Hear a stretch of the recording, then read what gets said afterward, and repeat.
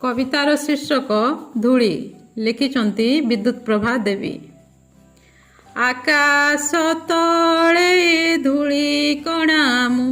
विश्वे अति सान जीवने मोर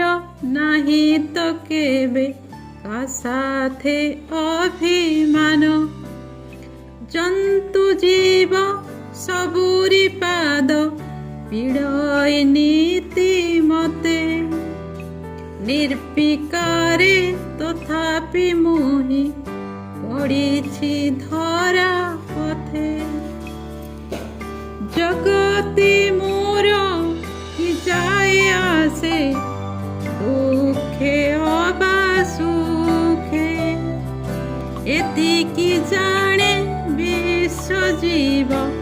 निशई मोर बुके वाक्यहीन निसमूहि भरसाहीन चिर सकल चाप निबारे सही दक्ष मो शिर